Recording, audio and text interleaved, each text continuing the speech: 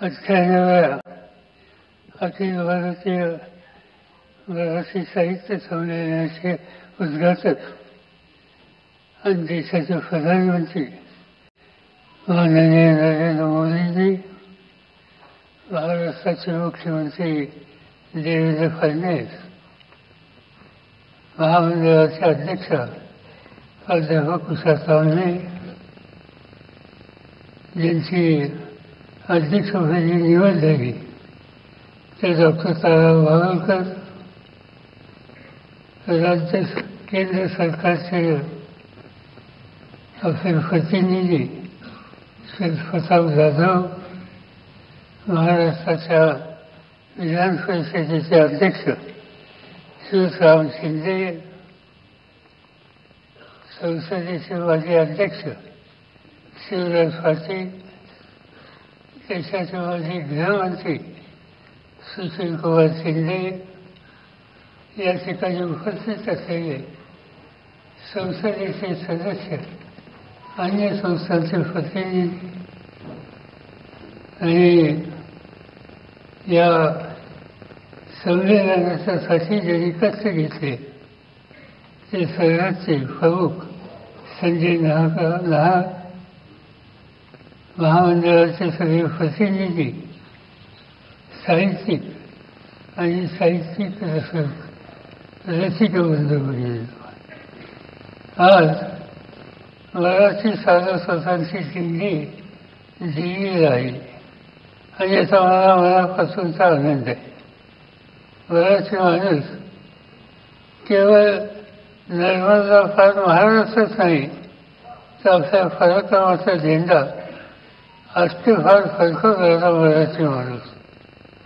तो दिल्लीमध्ये दिसतो, हरियाणामध्ये दिसतो, इंदोरमध्ये दिसतो, ग्वालियरमध्ये दिसतो, गुजरातमधल्या अनेक शहरांमधून दिसत असतो. नोकरी कामाच्या निमित्तानं काही लोक देशाच्या कानाकोपऱ्यामध्ये दिसतात. भीमसेनीच्या तत्वाने जसं यमुनेचं पाणी टाकलं त्याप्रमाणे मराठी साहित्याचा अमृत अनुभव घेण्यासाठी आज पुन्हा एकदा आपण यमुनेच्या तीरावर जमलो याचा मला मनापासूनचा आनंद आहे.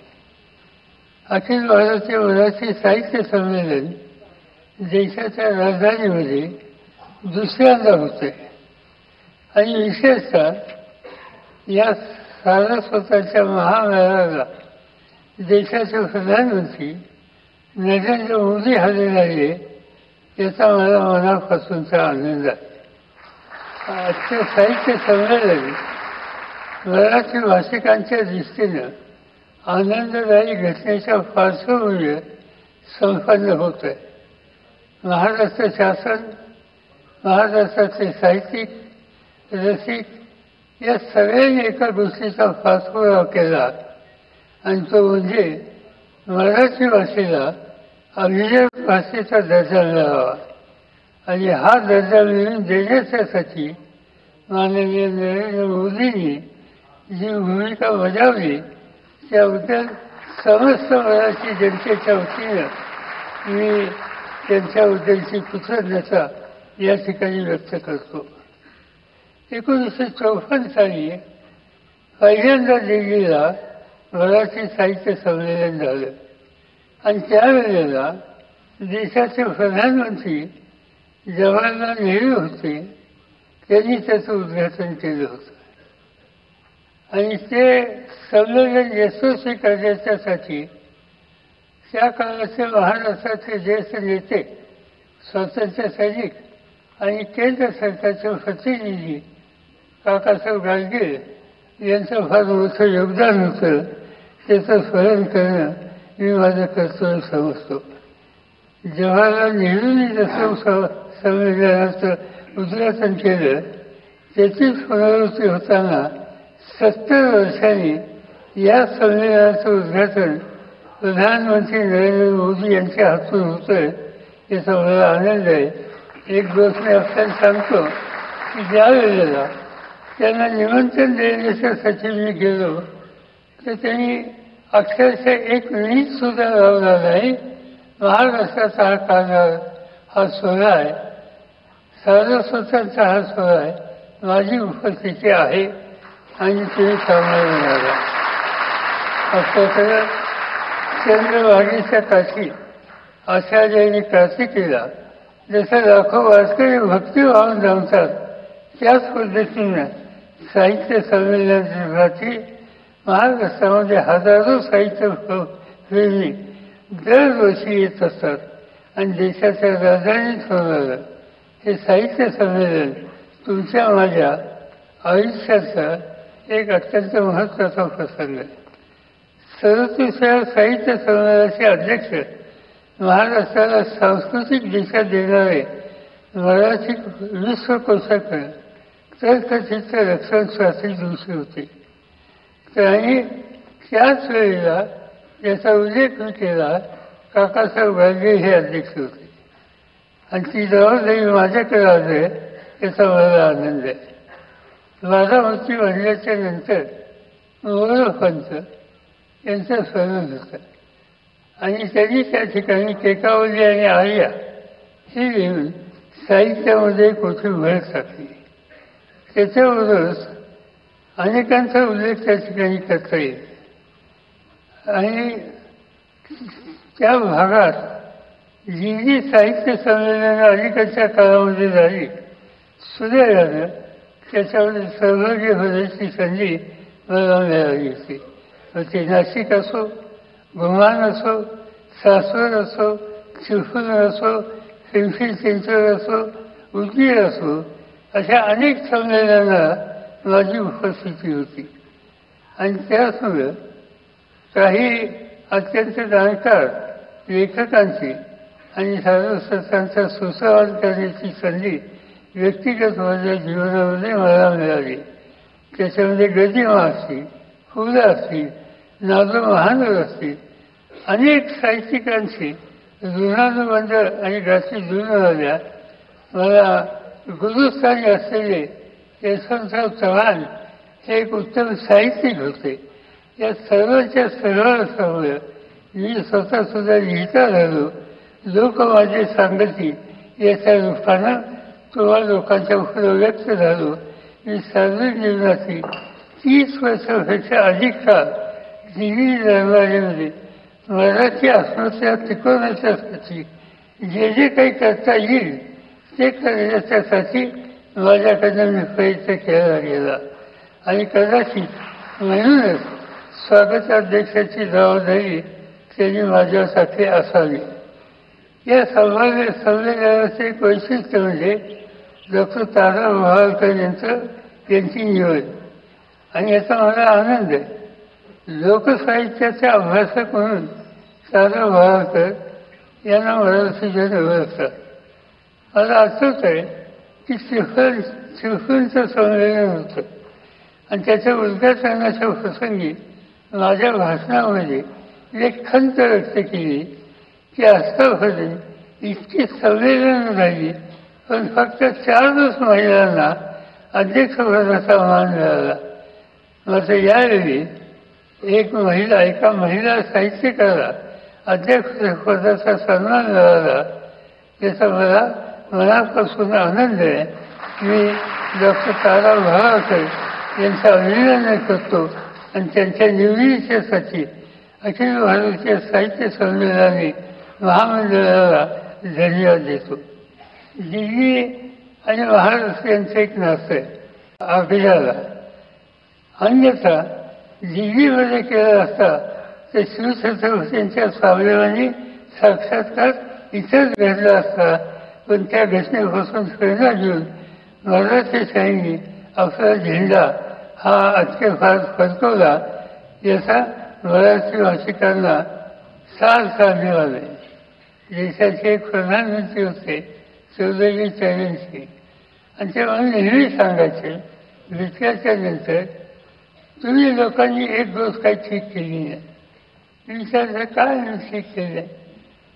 म्हणजे मराठी आले दिल्लीपर्यंत पोहोचले, दिल्ली घेतली आणि दिल्लीचा ताबा कायमचा आपल्या हातात ठेवण्याच्या ऐवजी पानिपतला गेले, जाण्याची काय आवश्यकता नव्हती, तर वेगळा इतिहास घडला असता. पण झालं ते झालं. तो इतिहास हा आपण काही विसरू शकत नाही. आज मराठी लेखणीनं साहित्याच्या क्षेत्रामध्ये प्रचंड योगदान दिलं आणि त्याची नोंद देश पातळीवर सुद्धा घेतली आहे. वि. स. खांडेकर, कुसुमाग्रज, विंदा करंदीकर, भारतीय देवाडे या सर्व मराठी लेखकांना आजपर्यंत ज्ञानपीठ पुरस्कारानं सन्मानित केले गेले आणि त्याद्वारे मराठी भाषेची पताका ही देशभरात फडकत राहिली. विजय तेंडुलकरांनी कुणाचाही मुलाहिदा न ठेवता लेखन केलं. घाशीराव कोसळ असो, सखाराम भांडेर असो, त्यांच्या नाटकामुळं काही वेळी त्यांना रोषाला सुद्धा जावं लागलं, पण त्या आपल्या भूमिकेत बसून हातली नाही. नामदेव जसा, कवी यशवंत मनोहर, नारायण सुर्वे यांच्यासारख्या कवींनी सर्वसामान्यांचा विचार हा सातत्याने मांडला. अण्णाभाऊ साठे यांनी गाव कुसावरचं उपेक्षितांचं जगणं मराठी साहित्यात आणलं. त्यांचा साहित्याचा डंका हा रशियापर्यंत पोचला, याचा आनंद आपल्या सगळ्यांना आहे. या साहित्याच्या क्षेत्रामध्ये अनेक भगिनींनी सुद्धा फार मोठी भर घातली आणि ती नुसती संख्यात्मक नाही तर गुणात्मक सुद्धा आहे. महानुभाव पंथातील महात्मा मुक्ताबाई, जनाबाई, कान्होकाचा यांनी मराठी साहित्य समृद्ध केले. सावित्रीबाई फुले, नंतरच्या काळामध्ये शांता शेळके, इंदिरा संत, अरुणा ढेरे काव्यात मराठी साहित्याला सशक्त करण्याचं काम करण्यामध्ये त्यांचं योगदान होतं. आणि मराठी साहित्य संमेलनाच्या अध्यक्षपद स्त्रियांना अधिकाधिक मिळाले तर माझी खात्री आहे की ही परंपरा अधिक मजबूत झाल्याशिवाय राहणार. साधारणतः साहित्य संमेलन घडल्याच्या नंतर महाराष्ट्रात एका गोष्टीची चर्चा सुरू होती, राजकारण्यांचा इथं काय संबंध आणि त्या संबंधीचं लिखाण हे गेले काही दिवस चालतं. यंदा काही अजून झालेलं नाही, काही झालं मला माहिती नाही, मी बारकाईने बघतोय, पण कुणी याच्या हल्ली लिहिला. खरं म्हणजे तर राजकीय नेते आणि संमेलन यांचाही काही संबंध आहे. माझं स्वच्छ मत आहे की राजकीय नेत्यांनी संमेलन मंचावर यावर काही येऊ नये. या संबंधीचा वाद दरवर्षी कशाला करायचा. राजकारण आणि साहित्य यांच्यातील परस्पर प्रवाह हा दुसराच आहे.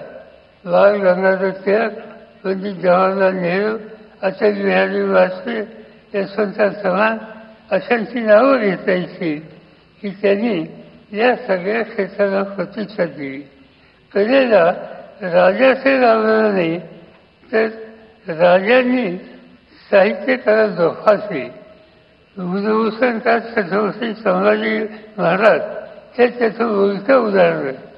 एकूणच राजकारण आणि साहित्याची फारकत होऊ शकत नाही, ते परस्परांना पूरक होऊ शकतं. महाराष्ट्रात साहित्य प्रांतातून राजकीय आखाड्यात उतरलेले आचार्य प्रल्हाद केशव विरोधी पक्षाचे प्रबळ नेते म्हणून आजही त्यांचं अभियान आपल्याला आहे. निसर्ग कवी नादू महानव विधिमंडळात आली. भाष्य कविता लिहिणारे रामदास कुसुमे विधान परिषदेचे सभासद झाले. उफराकात लक्षण माने हे आले तर त्याची तक्रार विधिमंडळात कोणी केली नाही. गजी वाजपूरकर यांच्या साहित्य क्षेत्रातील योगदानाची चर्चाच होऊ शकत नाही. त्यांनी लिहिलेले गीत रामायण आजही मराठी माणसाच्या ओठावर आहे. अयोध्यातील राम मंदिराच्या उभारणीच्या काळात सुद्धा महाराष्ट्रामध्ये सगळीकडे ऐकू येत होतं की गजीबाने लिहिलेलं गीत रामायण आणि त्यामुळं या वादावर एकदा पडदा पडेल अशा प्रकारची अपेक्षा आपण या ठिकाणी करू इच्छितो. वाचन संस्कृती वाढवली पाहिजे. पूर्वी पुस्तकासाठी ग्रंथालयावर अवलंबून राहावं लागेल. आज साधनं वाढली, परंतु आता वाचनाला अनेक पर्याय आले, दूरचित्रवाणी आली, मनोरंजनाच्या वाहिन्या आल्या, वृत्तवाहिन्या आल्या, स्मार्टफोन आले. असे ते पुस्तकं मोठ्या प्रमाणावर छापली जातात. गेले 2 दिवस महाराष्ट्राच्या वर्तमानपत्रामध्ये किती टन पुस्तकं दिल्लीमध्ये आली या संबंधीचं सविस्तर वृत्त हे येतं आणि हे येतं द्योतक आहे. पुस्तकं हल्ली छापली जातात आणि ती खपली जातात. गावोगाव ग्रंथ प्रदर्शनं भरवली जातात. त्या माध्यमातून लोकांच्यापर्यंत पुस्तकाची होत, तरीसुद्धा नव्या पिढीला पुस्तकाची बांधून कसं ठेवता येईल याची काळजी घेण्याची गरज आहे. काळ झपाट्याने बदलतोय. सध्या समाजाच्या एकात्मतेची नीळ त्यामुळे उसवत चालल्याचं चित्र दिसतंय. समाज अत्यंत कठीण आणि नाजूक स्थितीतून जातोय आणि त्याच्यामध्ये साहित्यिकांची जबाबदारी वाढली. महानुभावांचा असो, वारकरी परंपरा असो, याचं भान ठेवून महात्मा फुले, डॉक्टर बाबासाहेब आंबेडकर, विठ्ठलरावजी शिंदे, न्यायमूर्ती राजेंद्र कर्वे, आंबेडकर वगैरे सुधाकरांच्या वाचेनं समाजाला नेण्याचा प्रयत्न केला पाहिजे. शेवटचा एकच मुद्दा मी मांडू इच्छितो आणि तो म्हणजे मराठी भाषेचं विशुद्धीकरण. काळाच्या ओघात भाषेवर वेगवेगळे संस्कार होतात, परंतु या प्रक्रियेत असे दिसून आले की काही चांगल्या शब्दावर वाईट संस्कार होतात. उदाहरणार्थ बुद्ध या शब्दाचा अर्थ ज्ञानानं परिपूर्ण आणि जागृत असा होतं, पण त्याचा बुद्ध असा अपभ्रंश कमी केला ते मला समजत नाही. पण बुद्ध असा अदानी किंवा कमी बुद्धीचा अर्थ दूर झाला याचं मला वाईट असतं. मराठी साहित्यात असे शब्द जे असतील ते बाजूला केले पाहिजेत, ते नामशेष व्हायला पाहिजे. प्रस्तुत महिला साहित्य संमेलनात अनेक वैशिष्ट्यपूर्ण परिसंवाद, कवी संमेलन, परिचर्चा या आयोजित केलेल्या आहेत. साहित्य रसिकांनी या साहित्य मेजवानीचा आस्वाद घ्यावा, त्यासाठी अखिल भारतीय मराठी साहित्य महामंडळाच्या अध्यक्षा प्राध्यापक उषा तांबे, पदाधिकारी, सरहद संस्थेचे संजय लहान आणि त्यांचे सगळे सहकारी या सगळ्यांनी कष्ट घेतले. यमुनाची होणाऱ्या या सारस्वताच्या सोहळ्याच्या यशस्वीसाठी त्यांना मी मनपूर्वक शुभेच्छा देतो.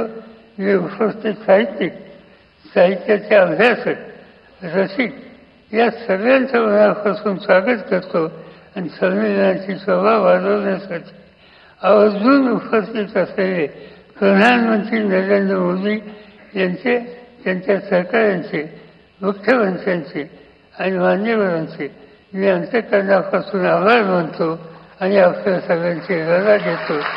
जय हिंद, जय महाराष्ट्र.